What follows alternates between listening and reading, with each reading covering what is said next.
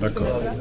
Bien, merci pour ce témoignage et ces connaissances.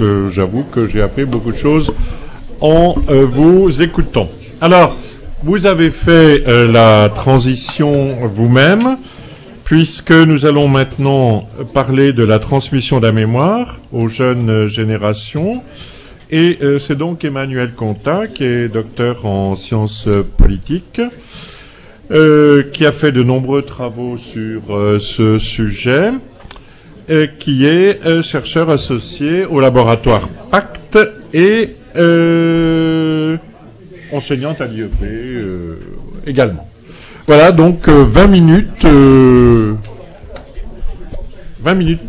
montre en main. Ok, je vous remercie. Donc, je vais vous parler de la transmission, mais plus particulièrement de la transmission de la mémoire auprès des enfants de Pieds Noirs. Donc, les enfants de Pieds Noirs ont en héritage un lourd passé. L'Algérie coloniale et la guerre d'Algérie. Et c'est d'ailleurs un passé qui ne passe pas pour la société française dans son ensemble 50 ans après l'indépendance algérienne. Alors, en tant que dépositaire d'une des mémoires de la guerre d'Algérie, nous avons voulu savoir et comprendre comment les enfants de Pieds Noirs se positionnaient par rapport à ce passé, s'ils reprenaient à leur compte la mémoire familiale ou s'il pouvait y avoir des phénomènes de rupture intergénérationnelle.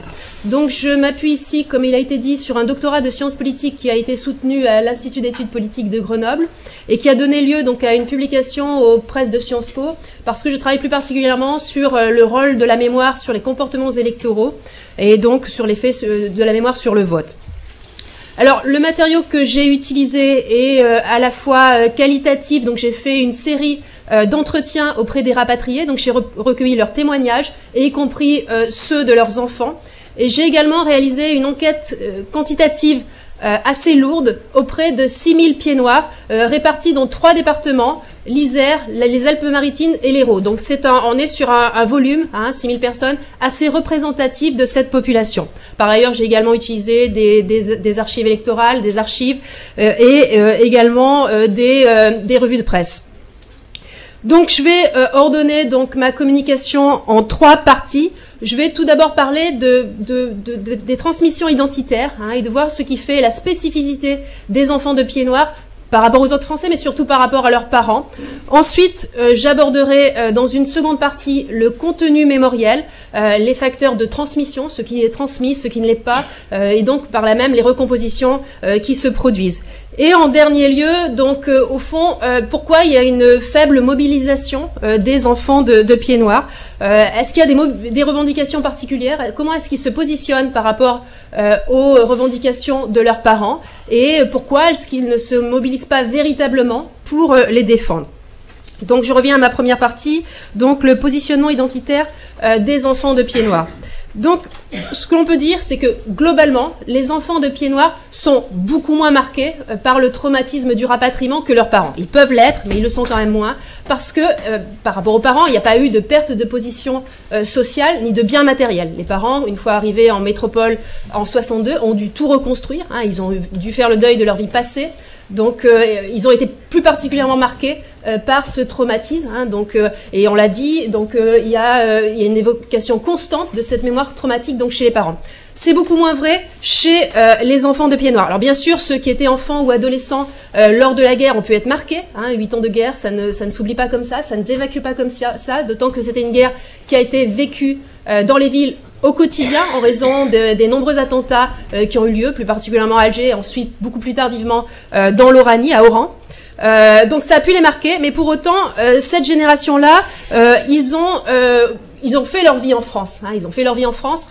Assez souvent, ils se sont mariés avec un métropolitain ou une métropolitaine. Donc il y a eu aussi d'autres processus de socialisation qui se sont opérés.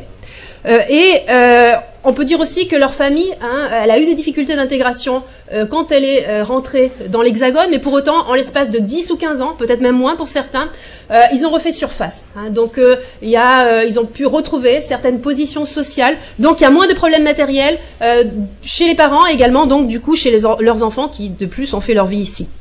Donc, au fond, ces jeunes générations, donc ils sont plutôt bien insérés aujourd'hui socialement. Les enfants de pieds noirs sont assez bien insérés socialement. Il n'y a pas de problème véritable de ce côté-là. C'est résiduel, c'est marginal, mais au fond, il n'y a pas véritablement de problème. Et donc, ils ont opéré un processus de reconstruction, de recomposition identitaire. Alors, ce que l'on observe quand on fait des entretiens auprès d'enfants de pieds noirs, c'est que, au fond, seuls ceux qui sont nés en Algérie, donc avant 62, peuvent se dire, donc ils se disent majoritairement pieds noirs. Eux, ils se disent encore pieds noirs. Bon, d'autres, certains parmi dans cette génération ne se disent pas pieds noirs, mais on peut dire que majoritairement, ils se disent pieds noirs. Et donc, ça correspond plus à une identité régionale. C'est le fait d'être né sur un territoire donné. Ils sont nés en Algérie, comme d'autres peuvent être nés en Auvergne, en Savoie, etc. Donc, ça correspond plus à une identité régionale qu'à une identité traumatique. Ils ne se positionnent pas véritablement par rapport à la colonisation. Les enfants de pieds noirs qui sont nés après 62, ceux-là même ne se disent plus pieds noirs. Majoritairement, ils ne se disent plus pieds noirs, mais enfants de pieds noirs ou d'origine pieds noirs. Mais plus généralement, ils se disent grenoblois, parisiens, niçois, marseillais, etc., etc. Donc, au fond, il y a un processus de recomposition identitaire et ils se considèrent comme étant de métropole. Ils ont des amis ici, etc. Donc, ils sont d'ici. Leur vécu, leur vie quotidienne, elle est ici. Ils ne connaissent pas l'Algérie. Ce qui différencie les autres générations, et notamment la génération des parents, c'est que les parents, ils ont fait leur vie en Algérie. Les jeunes, les enfants de pieds noirs nés depuis 62, ils ne sont jamais, pour la plupart, allés. C'est assez rare. Ça commence maintenant, mais c'est relativement rare. Ils ne sont jamais allés en Algérie.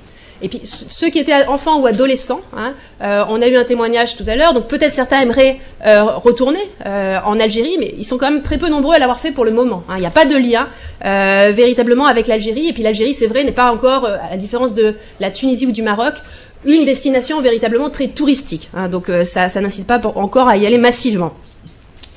Alors, ce que je pourrais dire aussi, tout à l'heure on parlait des harkis. Alors, à la différence des enfants des harkis, les enfants de pieds noirs n'ont pas vécu dans leur chair, une injustice sociale. Parce que, rappelez-vous, les enfants de harkis, ils ont grandi dans des camps, en marge de la société française, donc ils ont connu ces situations-là. C'est pas juste les parents, c'est pas juste les pères qui ont connu ces situations-là, c'est les enfants aussi. Et donc, ça a eu des effets sur leurs problèmes, les difficultés d'insertion que certains ont pu rencontrer. C'est pas vrai du tout des enfants de pieds noirs. Donc, il y a moins cette difficulté-là. Et d'autant plus que les enfants de pieds noirs ne subissent pas aujourd'hui de discrimination liée à une origine. Il n'y a pas de marqueur identitaire particulier.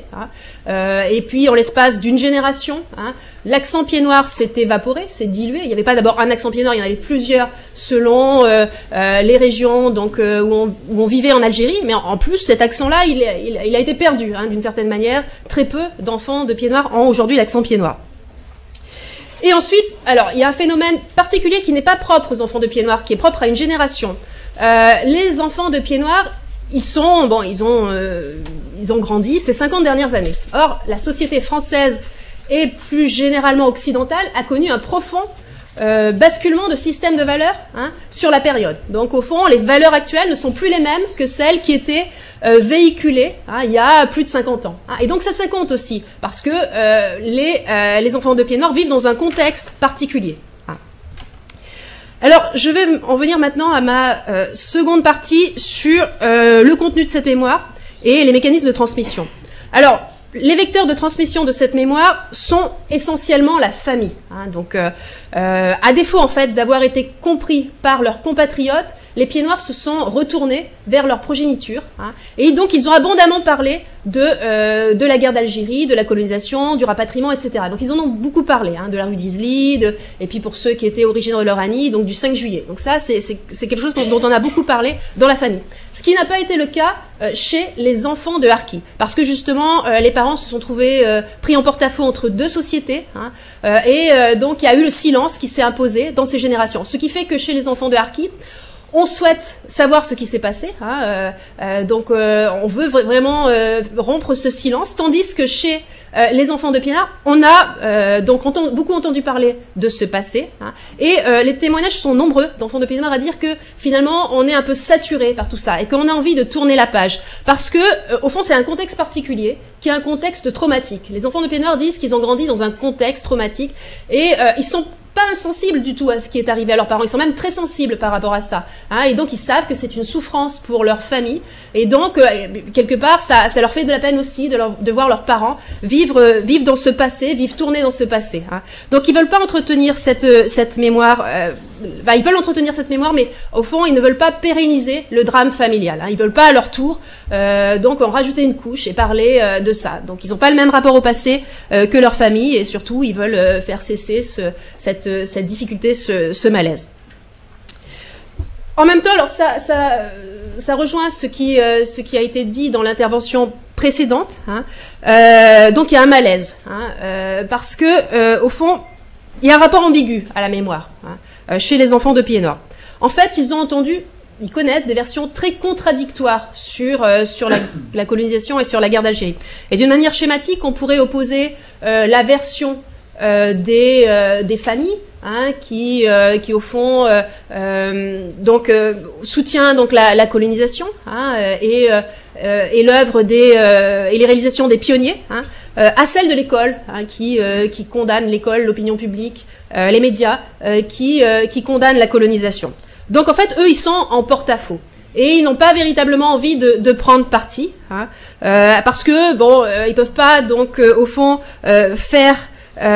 condamner la colonisation, parce que ce serait se désolidariser de leur famille et en quelque sorte les trahir, ni, au fond, la justifier. Hein. Donc ils sont vraiment pris en porte-à-faux entre deux approches. Donc, au fond, ils sont déchirés, partagés entre leur héritage mémoriel et les valeurs de la société dans laquelle ils vivent aujourd'hui. Alors, cela étant, beaucoup d'enfants de Pieds-Noirs considèrent qu'il y a eu une injustice qui a été commise à l'égard de leurs familles, qui ont été assimilés donc massivement à tort aux riches colons, hein, alors que le recensement de 1954 montrait très clairement que la société Pieds-Noirs était diversifiée et que le gros colonnat a certes existé, mais qu'il était très minoritaire. Hein. D'ailleurs, on n'aurait probablement pas pu faire vivre 1 million de colons sur le sol algérien. Donc la population, donc on l'a dit également, donc dans les différentes interventions, était très diversifiée, et donc il y avait un petit peuple, hein, et des personnes qui appartenaient à des sociologies, qui avaient des appartenances sociologiques, donc qui étaient issus de milieux populaires ou des classes moyennes. Donc au fond, les enfants de Pieds-Noirs ont conscience de ça, hein, qu'il y a une diversité de la population pieds-noirs. Et puis en même temps, donc ils sont insatisfaits de la manière dont on a accueilli leurs parents, parce que les parents ont beaucoup aussi parlé de ça, hein, des circonstances, des conditions du rapatriement. Donc ça, ils ne les comprennent pas non plus.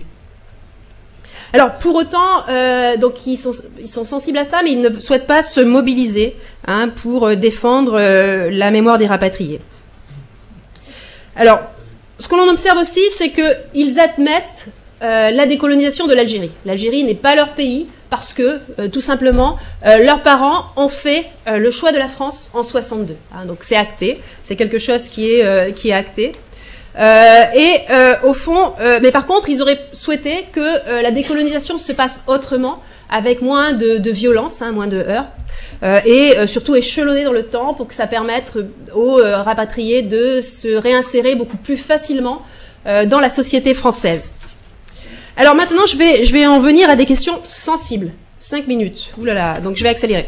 Donc, je ne vous parlerai pas donc de la torture ni de l'OAS. On pourra en parler tout à l'heure dans les questions. Mais je vais donc aller directement à mon point 3. Donc, les revendications et mobilisations. Alors, l'indemnisation. L'indemnisation, ça a été le cheval de bataille des rapatriés. Hein. Ça a été un long bras de fer avec l'État, et au final, donc, cette indemnisation, elle a été partielle, elle n'a pas satisfait les rapatriés, qui ont eu le sentiment d'être spoliés une seconde fois. Alors, les enfants de Pieds-Noirs, ils ont beaucoup entendu parler de cette question, mais compte tenu de la complexité du dossier, ils ne savent pas exactement à quel montant elle se chiffre, ni si elle est aujourd'hui terminée, ni même si leur famille a été indemnisée. Hein. Donc, il y a un grand flou qui pèse sur cette question. Alors, cela dit, dans mon enquête quantitative, donc auprès de 6000 Pieds-Noirs et d'enfants de Pieds-Noirs, les 3/4 des enfants de Pieds-Noirs soutiennent l'indemnisation comme revendication. Donc, ils ne sont pas insensibles, donc c'est massif. Mais ils ne sont pas prêts à se battre pour cette revendication. Et alors, ils ne revendiquent pas d'indemnisation pour eux-mêmes, parce qu'ils considèrent que la France n'a pas de dette envers eux, mais envers leurs parents. Donc, eux, ils ont fait une croix sur leur héritage d'Algérie, mais ils considèrent qu'au fond, l'État devrait verser des indemnisations à leurs familles. Hein. Alors, pourquoi est-ce qu'ils ne réclament pas une indemnisation? D'abord parce que peut-être qu'ils en ont moins besoin, on l'a dit tout à l'heure, ils sont bien insérés socialement. Hein. Donc ça, c'est une chose. Deuxième chose, ils savent aussi que l'indemnisation a contribué à marginaliser leur famille dans l'opinion publique. Hein, et donc, eux, ils ne souhaitent pas ça. Donc, au fond, ils veulent montrer qu'ils sont désireux de s'insérer pleinement en France. Donc, ils préfèrent tourner la page et laisser cette question-là. Alors, ça ne veut pas dire que plus tard, elle ne reviendra pas à l'agenda, parce que peut-être que d'autres groupes vont réclamer une indemnisation, et par là même, peut-être que les petits ou arrière-petits-enfants de Pienaar se mobiliseront. On n'en sait rien. Hein. Bon, pour le moment, c'est pas le cas. Alors, en ce qui concerne la mémoire, donc, la mémoire est mise aussi au premier plan donc, des revendications des Pieds-Noirs, mais aussi de leurs enfants. Hein.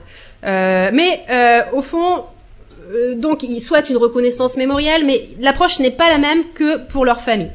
Ce que réclament majoritairement les enfants de Pieds-Noirs, c'est la réalisation d'un travail de mémoire qui tiendrait compte de toutes les mémoires de la guerre d'Algérie, y compris des mémoires algériennes. Donc, c'est une reconnaissance des souffrances réciproques, un peu comme ça s'est passé en Afrique du Sud. Hein, donc, ils veulent avoir toutes les versions. Dans l'enquête quantitative, on observe que 81% des enfants de Pieds-Noirs veulent qu'on dise ce qui s'est passé de part et d'autre. Hein, donc, partout, hein, ils veulent que l'on dise ce qui s'est passé de part et d'autre. Donc, dans cette génération, on ne se contente pas de réclamer la mémoire de son propre groupe, hein, comme souvent le font les parents, mais aussi d'autres groupes, hein, issus de la guerre d'Algérie. Mais on intègre aussi la mémoire de l'autre groupe, hein, des autres groupes. Alors, les enfants de Pieds-Noirs souhaitent aussi que l'Algérie participe à ce travail de mémoire. Hein, donc ça, on le retrouve aussi fréquemment dans les entretiens, comme ce fut le cas entre l'Allemagne et la France. Hein, donc il y a aussi un souhait d'apaisement dans les relations internationales. Hein. Alors, il y a de l'ambiguïté aussi. Hein. Les enfants de Pieds-Noirs considèrent aussi que la mémoire familiale est occultée. Hein, donc ils le disent. La mémoire des Pieds-Noirs est occultée. Et ils voudraient qu'on parle de la diversité sociale, économique, politique et religieuse des Pieds-Noirs. Hein, donc on en parle plus. Hein. C'était pas un bloc monolithique, les Pieds-Noirs, ils étaient très divers. Ils voudraient qu'on en parle aussi. Ils veulent aussi qu'on dise ce qu'ils ont accompli, ce qu'ils ont aussi réalisé sur le sol algérien en 132 ans de colonisation. Les 2/3 des sondés souhaitent que l'on réhabilite ce que les Français ont fait en Algérie à partir de 1830. Donc les enfants de Pieds-Noirs, hein, les 2/3, donc c'est quand même aussi massif, souhaitent que l'on réhabilite ce qui s'est passé sur la période. Alors, c'est pour ça que je dis qu'ils sont ambigus, parce que ils sont les deux à la fois. Ils veulent une réhabilitation de la mémoire des Pieds-Noirs, pour eux c'est important, hein, pour leur insertion personnelle c'est important. Mais en même temps, ils veulent la confrontation des mémoires. Donc, ils veulent tout. Hein, parce qu'au fond, ils sont composites. Ils sont d'ici. Ils sont de là-bas. Hein, ils ont toutes les versions. Donc, au fond, ils veulent faire ce processus-là. Hein. Ils réclament aussi un travail d'histoire, hein, au-delà des mémoires, hein, et puis des passions qui sont liées aux questions mémorielles. Hein.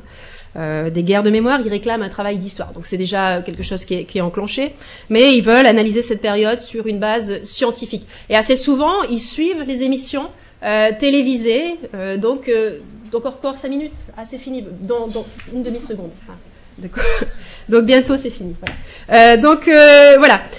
Donc ils écoutent beaucoup, hein, ils suivent beaucoup les émissions qui sont réalisées sur cette question-là. Donc ils s'intéressent, hein, ils sont pas insensibles, indifférents à ces questions. Mais alors on observe un phénomène justement de désinvestissement. Hein, ils ne se mobilisent pas du tout. Par rapport à la mémoire du groupe, hein, ils ne veulent pas s'investir dans la mémoire du groupe. Hein, parce que d'une certaine manière, revendiquer la mémoire des Pieds-Noirs, c'est aussi prendre position par rapport à la colonisation. Hein. Et ils ne veulent pas être marginalisés à cause d'une origine. Hein. Et puis en même temps, je vous l'ai dit, il y a un changement de système de valeurs, hein, donc ils sont divers, et ils ont les valeurs donc de leur époque, hein, donc ça aussi ça joue. Donc ils sont assez peu présents, hein, au sein des associations de rapatriés, quelle qu'en soit la forme. Quelquefois, ils assistent, hein, à certaines activités des associations, mais ça reste quand même très marginal.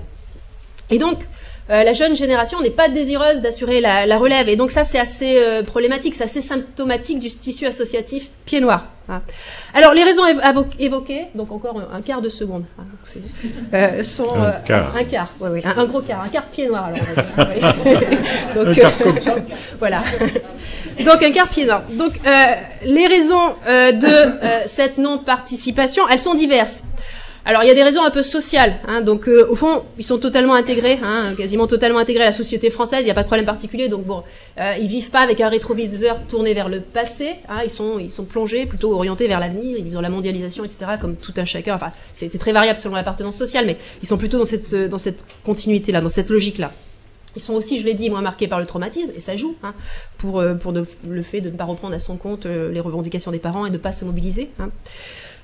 En même temps, ce que certains disent, c'est que ils n'ont pas beaucoup d'intérêt pour ces associations, parce que, au fond, ces associations, souvent, elles cultivent la nostalgie du pays perdu. Or, dans leur cas, ils connaissent pas l'Algérie, donc c'est plus difficile de se projeter à travers des rues, des villes, etc. qu'on a jamais vues. Hein. Donc c'est sûr, ils en ont beaucoup entendu parler, mais ça leur est plus difficile. Donc à la limite, ils font ce processus-là au sein de la famille, mais ils n'ont pas besoin de le faire dans le cadre d'associations. Ensuite, bon, il y a la collusion qui peut certaines fois exister, hein, ils dénoncent aussi ça, entre des associations de rapatriés et des partis politiques, notamment à droite ou à l'extrême droite. Hein, donc ils veulent pas de cette approche-là. Ils sont aussi peu nombreux à manifester, on les retrouve pas très peu pour les manifestations auprès des associations. Et alors, chose différente de leurs parents, ils n'utilisent plus vraiment le vote comme d'une arme, hein, pour faire pression sur la classe politique. Hein. Les parents ont pratiqué, hein, ils continuent encore de pratiquer le vote sanction. Hein. En gros, plus de la moitié des pieds noirs ont pratiqué le vote sanction ou le vote sur enjeu. Hein. Donc, n'hésitons pas à sanctionner les hommes politiques qui ne donnaient pas satisfaction par rapport à certaines de leurs revendications. Et ils le font encore dans les villes du sud de la France, où ils ont encore un poids électoral du fait de leur démographie. Donc c'est moins vrai pour les enfants de pieds noirs qui au fond votent davantage en fonction du présent. Hein, ils sont aussi très divers au plan des opinions politiques. Hein. Donc il y a un processus de recomposition des opinions qui est à l'œuvre dans ce groupe. Alors je vais conclure avec la... Oui, sinon je coupe. Non mais c'est bon, ça ira, ne vous inquiétez pas cette fois-ci. Alors c'est vrai, les pieds noirs sont souvent déçus, hein, ou souvent, ou plutôt quelquefois déçus, que leurs enfants n'aient pas repris le flambeau et à leurs yeux, trop vite tourné la page. Oui, mais alors c'est aussi la preuve, hein, et l'a dit tout à l'heure, ce matin, la ministre Nora Berra, qu'ils sont bien insérés socialement. Donc ils sont moins orientés vers le passé, hein, mais davantage vers le présent et aussi l'avenir. Alors, ils ont fait, on voit, il y a des mécanismes de recomposition identitaire, hein, qui sont à l'œuvre, identitaires, politiques, etc. Donc il y a un processus qui se fait jour. Hein. Mais ce processus, il a aussi existé, hein, chez les pionniers qui se sont installés en Algérie. Hein. Ceux qui venaient d'Espagne, d'Italie et de France. Ils ont aussi opéré, en s'installant en Algérie, un processus de reconstruction identitaire. Hein, il y a eu du melting pot, donc ça existe aussi ce phénomène existe aussi pour les enfants de pieds noirs. Hein, et puis ça fait 50 ans aussi, 50 ans, c'est pas rien, donc il y a déjà plusieurs générations qui sont nées ici, qui se sont mélangées aussi à d'autres. Alors, les enfants de pieds noirs, donc je vous l'ai dit, ils ne sont pas insensibles à ce passé. Alors, ils souhaitent aussi participer à leur tour donc à la transmission de cette mémoire. Ils vont transmettre cette mémoire également. Hein. Ils pensent que c'est important. Alors, ce qu'ils disent dans les entretiens, c'est qu'ils ne souhaitent pas faire vivre leurs enfants dans le passé, hein, avec le poids du passé, avec la rancœur. Pour eux, ça, c'est important. Ça, c'est très important. Donc, faire connaître la mémoire, mais ne pas transmettre de rancœur particulière. Et surtout, ils veulent aussi que, au fond, leurs enfants entretiennent plutôt de bonnes relations avec les jeunes issus de l'immigration, qui aussi viennent de cette histoire-là, de cette histoire coloniale. Donc pour eux, c'est aussi important. Donc il y a, on note chez les jeunes générations, une volonté d'apaisement évidente. Hein. Donc ça, c'est ce qui est important et c'est, je pense, ce qui est à retenir. Très bien, merci. Voilà. Je vous remercie.